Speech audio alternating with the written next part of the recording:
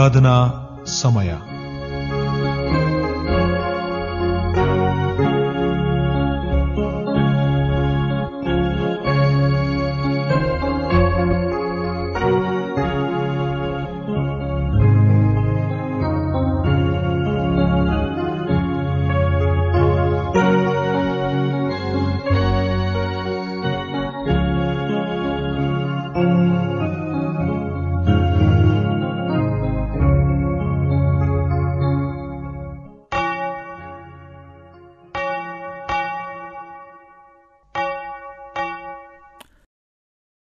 ಬಲ, ಐಶ್ವರ್ಯ, ಜ್ಞಾನ, ಸಾಮರ್ಥ್ಯ, ಮಾನ, ಪ್ರಭಾವ, ಸ್ತೋತ್ರಗಳನ್ನು ಹೊಂದುವುದಕ್ಕೆ ಯೋಗ್ಯನೇ.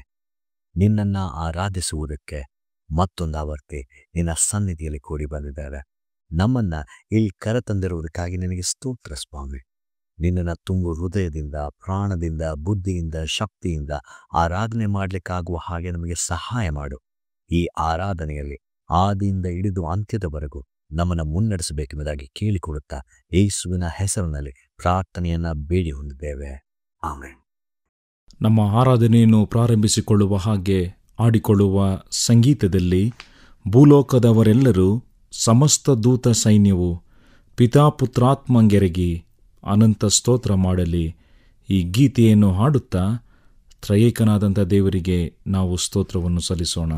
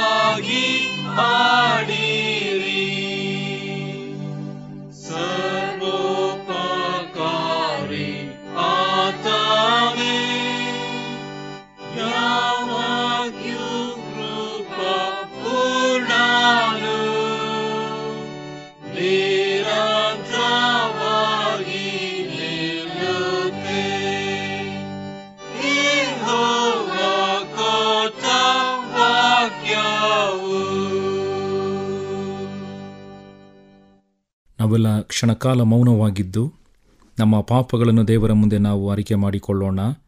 ನಮ್ಮ ಪಾಪಗಳನ್ನು ಒಪ್ಪಿಕೊಂಡು ಅರಿಕೆ ಮಾಡುವುದಾದರೆ ಆತನು ನಂಬಿಗಸ್ತನು ನೀತಿವಂತನು ಆಗಿರುವುದರಿಂದ ನಮ್ಮ ಸಕಲ ಪಾಪಗಳನ್ನು ಮನ್ನಿಸಿ ನಮ್ಮನ್ನು ಶುದ್ಧಿ ಮಾಡುತ್ತಾನೆ. ಮತ್ತು ನಮ್ಮಲ್ಲಿ ಪಾಪ ಇಲ್ಲವೆಂದು ನಾವು ಹೇಳಿದರೆ ನಮ್ಮನ್ನು ನಾವೇ ಮೋಸಪಡಿಸಿಕೊಳ್ಳುತ್ತೇವೆ, ಸತ್ಯವೆಂಬುದು ನಮ್ಮಲ್ಲಿ ಇಲ್ಲವೇ ಇಲ್ಲ.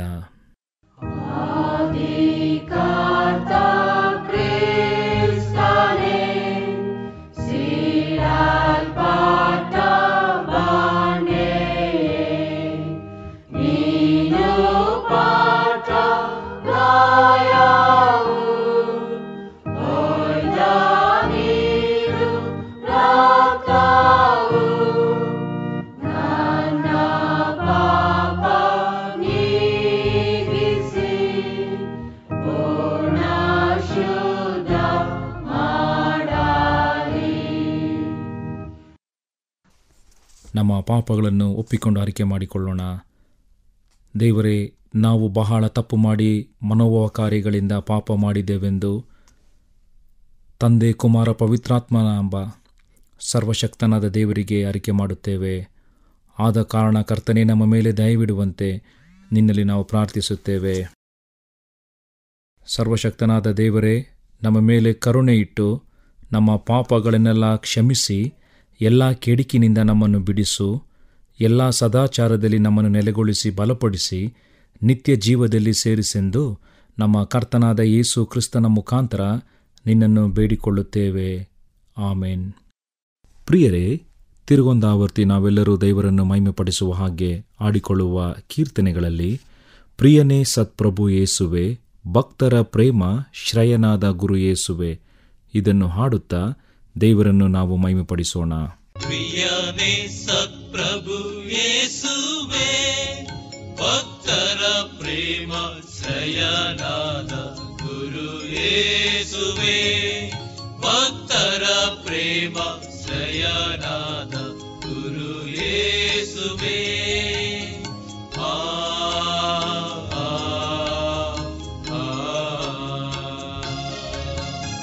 ಶಯಲೋಕ ಸೌಭಾಗ್ಯ ಪ್ರಿಯದೆ ಮಗೆ ತೃಪ್ತಿ, ಶಯಲೋಕ ಸೌಭಾಗ್ಯ ಪ್ರಿಯದೆ ಮಗೆ ತೃಪ್ತಿ, ಲಯವಿಲ್ಲದ ನಿನ್ನೊಳಿಹುದು ನಿತ್ಯ ವಿಮುಕ್ತಿ, ಲಯವಿಲ್ಲದ ನಿನ್ನೊಳಿಹುದು ನಿತ್ಯ ವಿಮುಕ್ತಿ.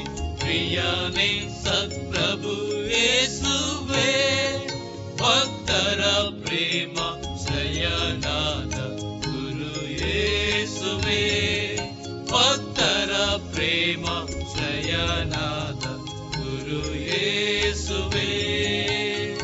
ಆ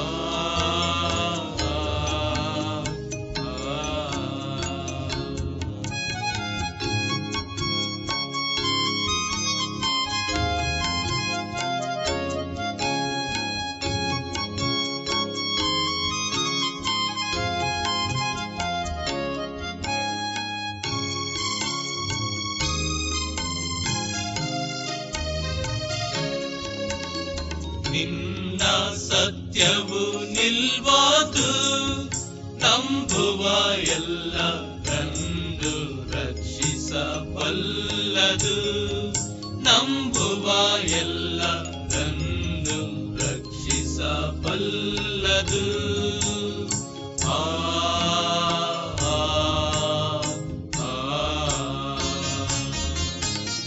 ನಿನ್ನನ್ನು ಹುಡುಕುವ ಮನುಜರಿಗೂ ಪಕಾರಿ, ನಿನ್ನನ್ನು ಹುಡುಕುವ ಮನುಜರಿಗೂ ಪಕಾರಿ, ನಿನ್ನ ಹೊಂದುವವರ ಸರ್ವಸ್ವವು ನೀನೆ, ನಿನ್ನ ಹೊಂದುವವರ ಸರ್ವಸ್ವವು ನೀನೆ.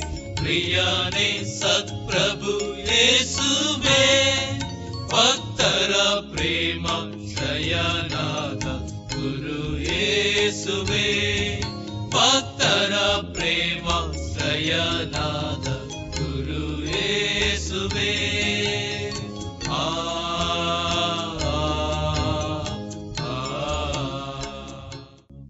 ದೇವರ ವಾಕ್ಯ ಸಂದೇಶವನ್ನು ಕೇಳುವುದಕ್ಕಿಂತ ಮುಂಚೆ ಪ್ರಾರ್ಥನೆ ಮಾಡೋಣ. ದೇವರೇ, ನಿನ್ನ ವಾಕ್ಯಗಳನ್ನು ನಮಗೆ ತಿಳಿಯಪಡಿಸು. ಈ ವಾಕ್ಯಗಳ ಮೂಲಕ ನಮ್ಮ ಮಧ್ಯದಲ್ಲಿ ಪ್ರಕಟನಾಗು. ಆಮೇಲೆ ಈ ದಿನದ ಸ್ವಲ್ಪ ಹೊತ್ತಿನ ಧ್ಯಾನಕ್ಕಾಗಿ ನಮಗೆ ಕೊಟ್ಟಿರುವಂಥ ಶೀರ್ಷಿಕೆ ಏನು ಗೊತ್ತಾ? Praise the lord.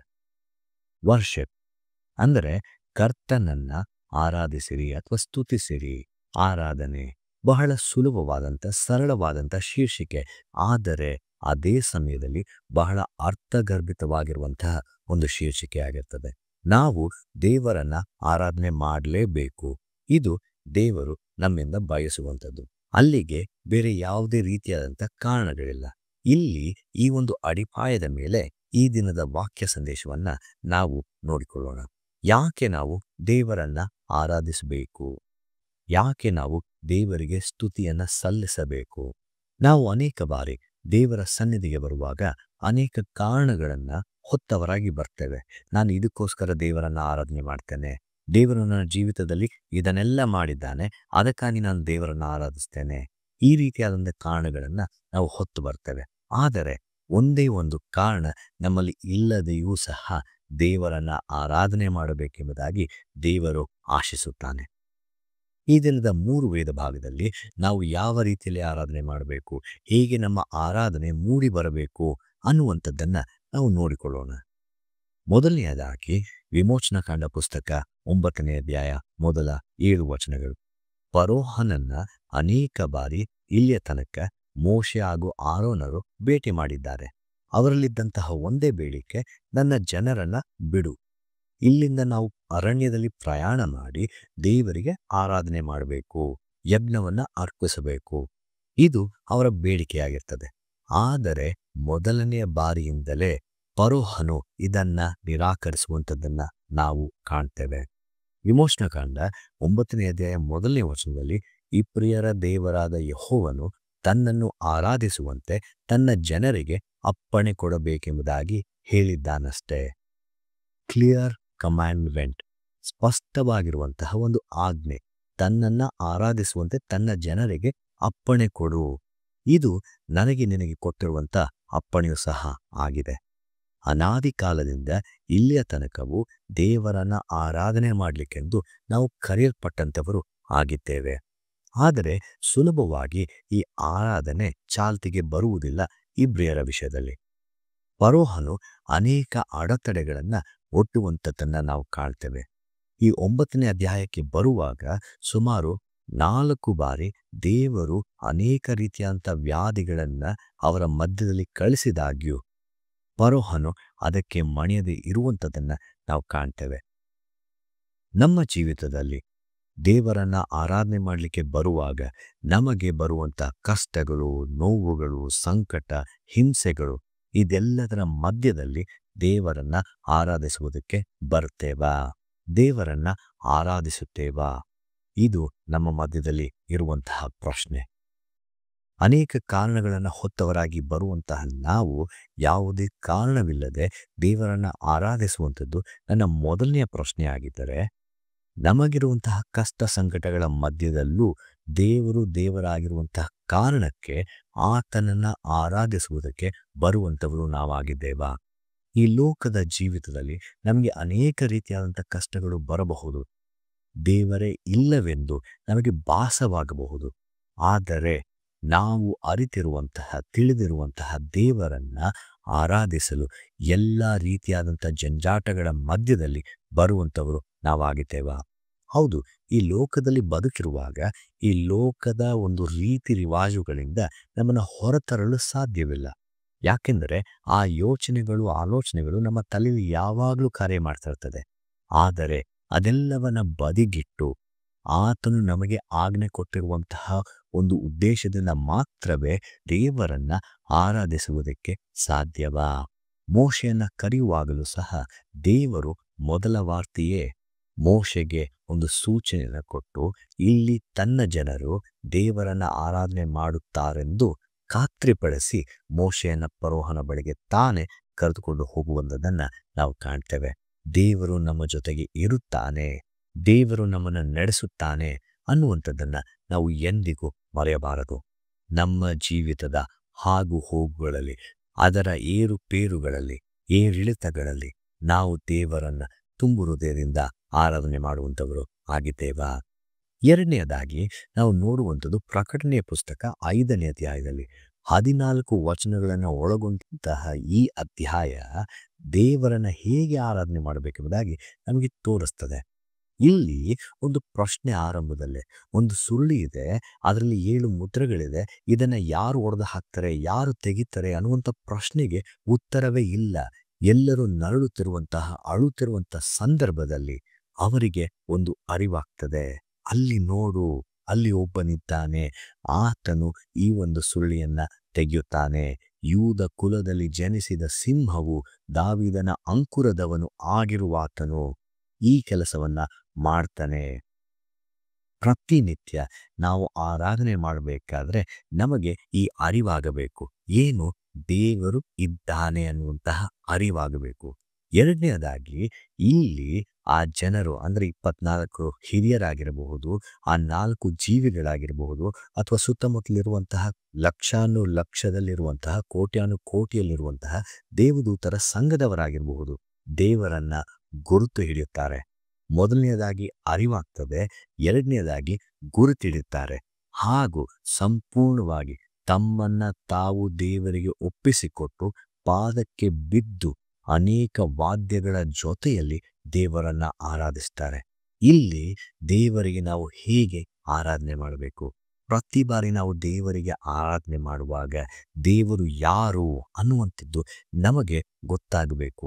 ದೇವರು ಯಾರು ಅನ್ನುವಂಥ ಹೆಚ್ಚಿನ ಪರಿಚಯ ನಮಗೆ ಆಗಬೇಕು.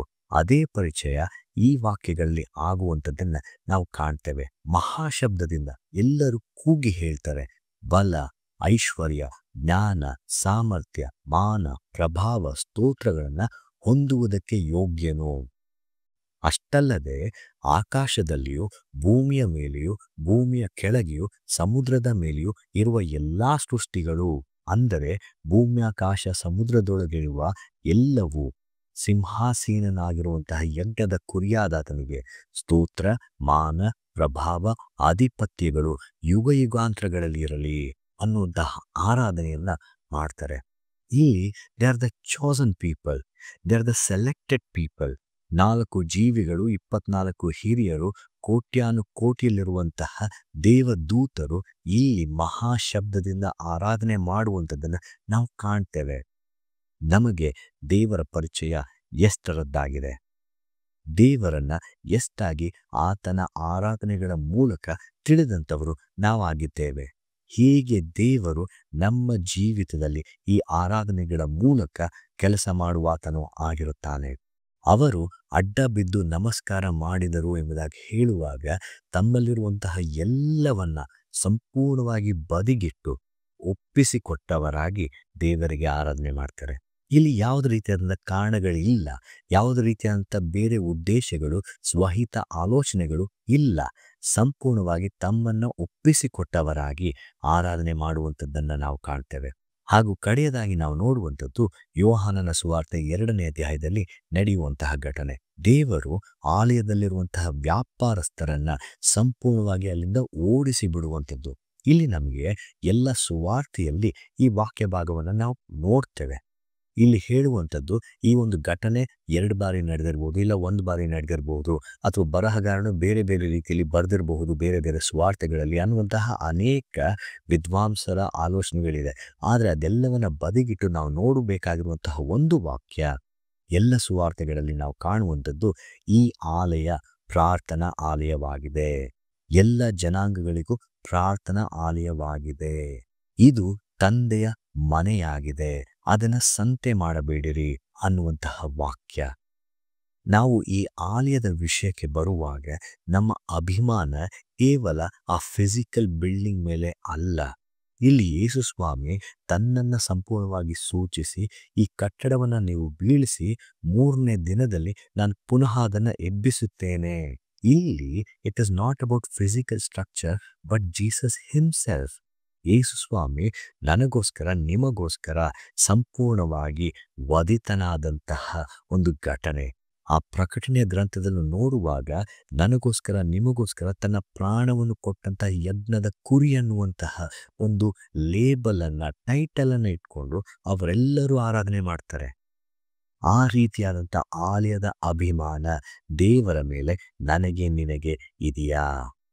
ಈ ಅಭಿಮಾನದಲ್ಲಿ ಹೌದು, ಈ ಸ್ಥಳ, ನಾವು ಬಂದಿರುವಂಥ ಸ್ಥಳ ದೇವರ ಆಲಯವಾಗಿದೆ, ತಂದೆಯ ಮನೆಯಾಗಿದೆ, ಪ್ರಾರ್ಥನಾ ಆಲಯವಾಗಿದೆ, ಎಲ್ಲ ಜನಾಂಗಗಳಿಗೆ ಪ್ರಾರ್ಥನಾ ಆಲಯವಾಗಿದೆ. ಆ ಪ್ರಾರ್ಥನೆಯ ಆಲಯದ ಒಂದು ಅಭಿಮಾನ ನನ್ನಲ್ಲಿ ನಿನ್ನಲ್ಲಿ ಇದೆಯಾ? It is not about physical structure. ನಾವು ದೈಹಿಕವಾಗಿ ಕಾಣುವಂತಹ ಒಂದು ಕಟ್ಟಡದ ಕುರಿತು ನಾನು ಇಲ್ಲಿ ಮಾತನಾಡ್ತಾ ಇಲ್ಲ. ಯೇಸುವೇ ಆ ಆಲಯವಾಗಿದ್ದಾನೆ.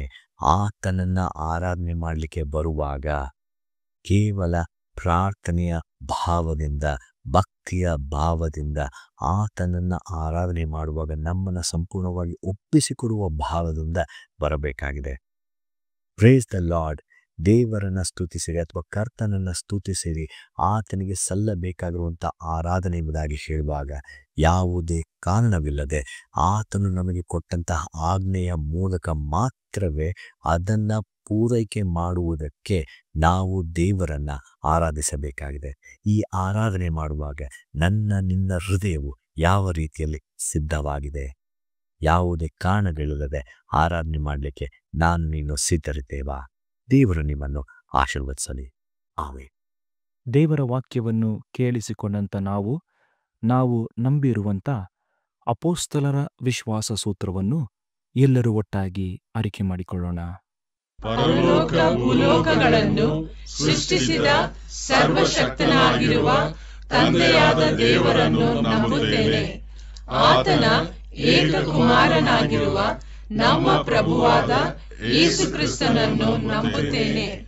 ಈತನು ಪರಿಶುದ್ಧಾತ್ಮನಿಂದ ಕನ್ಯಾಮರಿಯಳ ಗರ್ಭದಲ್ಲಿ ಧರಿಸಲ್ಪಟ್ಟು ಆಕೆಯಲ್ಲಿ ಹುಟ್ಟಿ ಪೊಂತಿ ಪಿಲಾತನ ಆಧಿಪತ್ಯದಲ್ಲಿ ಶ್ರಮೆ ಹೊಂದಿ ಶಿಲುಬೆಗೆ ಜಡಿಯಲ್ಪಟ್ಟು ಸತ್ತು ಹೂಣಲ್ಪಟ್ಟು ಪಾತಾಳಕ್ಕೆ ಇಳಿದು ಮೂರನೇ ದಿವಸದಲ್ಲಿ ಸತ್ತವರೊಳಗಿಂದ ಎದ್ದು ಪರಲೋಕಕ್ಕೆ ಏರಿ ಹೋಗಿ ಸರ್ವಶಕ್ತನಾಗಿರುವ ತಂದೆಯಾದ ದೇವರ ಬಲಪಾರ್ಶ್ವದಲ್ಲಿ ಕುಳಿತುಕೊಂಡಿರುತ್ತಾನೆ. ಈತನು ಅಲ್ಲಿಂದ ಬಂದು ಬದುಕಿರುವವರಿಗೂ ಸತ್ತವರಿಗೂ ನ್ಯಾಯ ತೀರಿಸುವನು ಎಂಬುದನ್ನು ನಂಬುತ್ತೇನೆ. ನಾನು ಪರಿಶುದ್ಧಾತ್ಮನನ್ನು ನಂಬುತ್ತೇನೆ.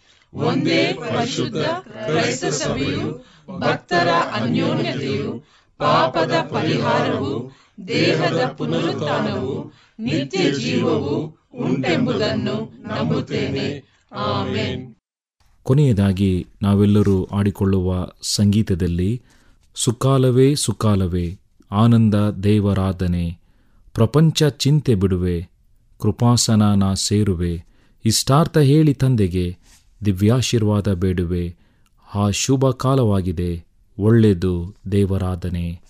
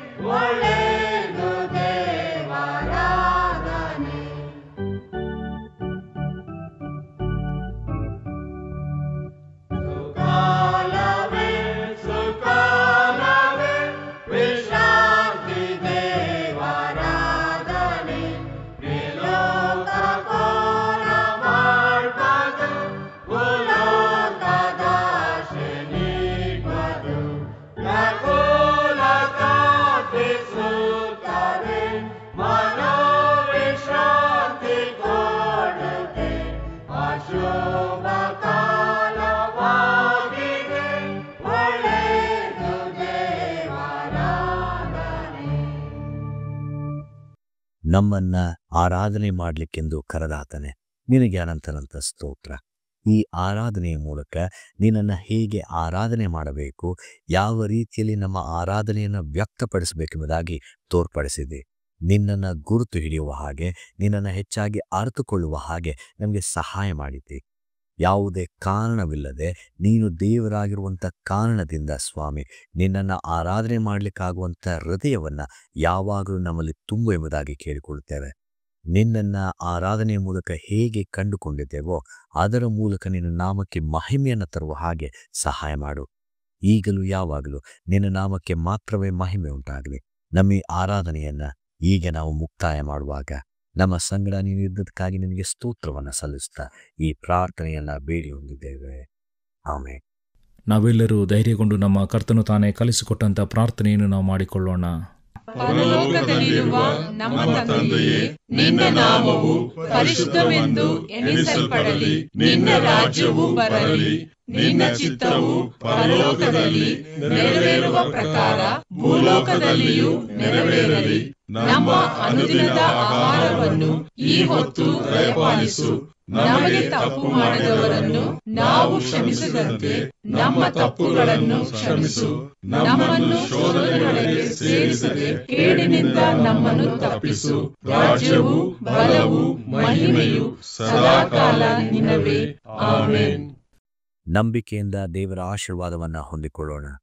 ನಮ್ಮ ಮೇಲೆ ಅತಿಯಾದ ಪ್ರೀತಿಯನ್ನು ಇಟ್ಟಂತಹ ತಂದೆಯಾದ ದೇವರ ಪ್ರೀತಿ, ಆರಾಧನೆಗೆ ಯೋಗ್ಯನಾಗಿರುವಂತಹ ಯೇಸು ಕ್ರಿಸ್ತನ ಕೃಪೆ, ಆರಾಧನೆಯಲ್ಲಿ ನಮ್ಮನ್ನು ಪ್ರತಿನಿತ್ಯವೂ ಸುಂದರವಾದ ರೀತಿಯಲ್ಲಿ ನಡೆಸುವಂಥ ಪವಿತ್ರಾತ್ಮನ ಅನ್ಯೋನ್ಯತೆ, ಸಹಾಯವು, ಸಹವಾಸವು ಈಗಲೂ ಯಾವಾಗಲೂ ನಮ್ಮೊಂದಿಗಿದ್ದು ಮುನ್ನಡೆಸಲಿ.